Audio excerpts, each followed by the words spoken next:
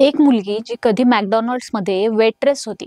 कधी तिनं miss India होण्याचं स्वप्न पाहिलं, पण यश फारसं आलं नाही. पुढे तिनं मॉडेलिंग केली, पण तिथंही निराशाच हाती आली. पुढे याच मुलीला बालाजी टेलिफिल्म्सनं क्योंकि सास भी कभी बहू थी या हिंदी सिरियलमध्ये मुख्य रोलमध्ये घेतलं आणि इथूनच सुरू झाला स्मृतीचा आकाशाकडे झेप घेण्याचा प्रवास. क्योंकि सास मधील स्मृती घराघरात तुलसी बनून पोहोचली आणि नंतर नरेंद्र मोदींच्या कॅबिनेटमध्ये एकदा नाही तर 2 वेळा मंत्रिपदापर्यंत पोहोचली. होय मंडळी, आपण बोलतोय स्मृती जुबिन इराणींबद्दल. त्यांची कहाणी खरंच सिरियलपेक्षा कमी नाहीये. हीच कहाणी आपण जाणून घेऊयात या व्हिडिओच्या माध्यमातून. नमस्कार, मी अनुजा आणि तुम्ही पाहताय कार्यारंभ. 23 मार्च 1976 ला दिल्लीमध्ये जन्मलेल्या स्मृती मल्होत्रा. मध्यमवर्गीय घर, आई बंगाली, वडील पंजाबी आणि स्वप्न मात्र आकाशा एवढी. कधी वेट्रेस म्हणून काम तर कधी मॉडेलिंग, पण मोठं यश फारसं नाही. मॉडेलिंग नंतर मिस इंडिया स्पर्धेत सहभाग, पण तिथे फार मोठं यशही त्यांना मिळालं नाही. मात्र संघर्षातूनच संधी मिळते असं म्हणतात. 1990च्या दशकाच्या उत्तरार्धात स्मृती टेलिव्हिजनच्या जगात आल्या. 1998 मध्ये त्यांनी आतिश नावाची मालिका केली, पण खरी ओळख त्यांना मिळाली एकता कपूरची सुपरहिट मालिका क्योंकि सास भी कभी बहू थी मधूनच. तुलसी विराणी ही व्यक्तिरेखा घराघरात पोहोचली आणि स्मृती रातोरात सुपरस्टार झाल्या. असं म्हणतात की घराघरातल्या बायका तुलसी काय बोलेल यासाठी किचन मधली सर्व कामं थांबवायच्या. दिवसभर या सिरियल मध्ये आता काय होणार यावरच चर्चा झडायच्या. एक अभिनेत्री जी आता देशाची आदर्श बहू झाली होती, पण कथा इथे थांबली नव्हती.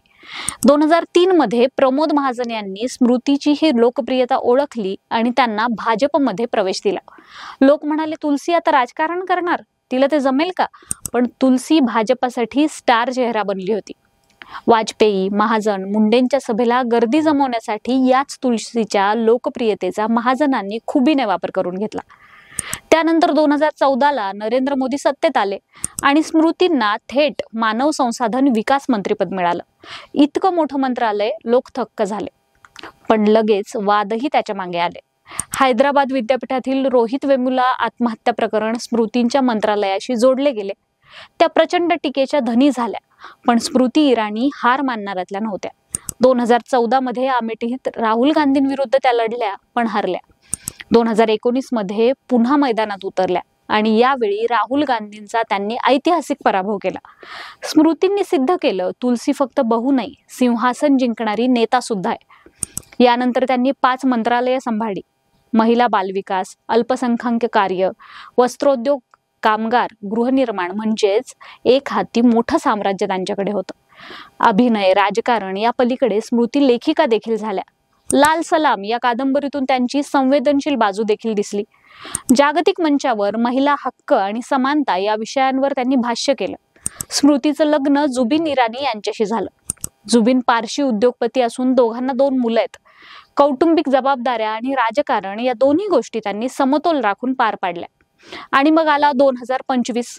17 वर्षांनी स्मृती पुन्हा तुलसी म्हणून परतल्या क्योंकि सास भी कभी बहू थी 2 मध्ये. ट्रेलर मधला त्यांचा डायलॉग जबरदस्त व्हायरल झाला. हमारा रिश्ता 25 सालों का है, वक्त आ गया है फिर मिलने का. लोकांना विश्वासच बसत नव्हता. मंत्री, अमेठी विजेती, लेखिका आणि आता पुन्हा तुलसी.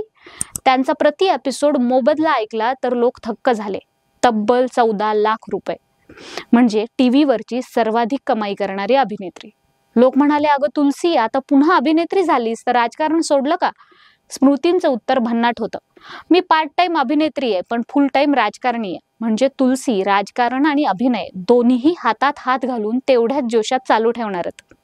स्मृती एका प्रेस नोट मध्ये म्हणाली, क्योंकि सास भी कभी बहू थी मध्ये परत येणं म्हणजे केवळ एका भूमिकेकडे परतणं नाहीये, तर भारतीय टेलिव्हिजनची पुनर्परिभाषा करणाऱ्या कथेकडे परतणं आहे. या मालिकेने माझे स्वतःचे जीवन पुन्हा आकारले. या मालिकेने मला व्यावसायिक यशापेक्षा अजून जास्त काही दिलंय. या मालिकेने मला लाखो घरांशी जोडण्याची, एका पिढीच्या भावनिक रचनेचा भाग होण्याची संधी दिली. गेल्या 25 वर्षात मी 2 शक्तिशाली प्लॅटफॉर्म्सवर काम केलंय. मीडिया आणि सार्वजनिक धोरण, प्रत्येकाचा स्वतःचा वेगळा प्रभाव आहे, असंही स्मृती इराणी म्हणाल्या. या सिरियल मधील व्हायरल झालेल्या फोटोमध्ये स्मृतीने मरून रंगाची साडी परिधान केलेली दिसते. तिने तिचा लुक सिग्नेचर मोठी लाल बिंदी आणि पारंपरिक दागिने, काळ्या मोत्यांचे मंगळसूत्र आणि केसांचा अंबाडा बांधून पूर्ण केलाय. हा लुक तिच्या एकूण लुक सारखाच आहे.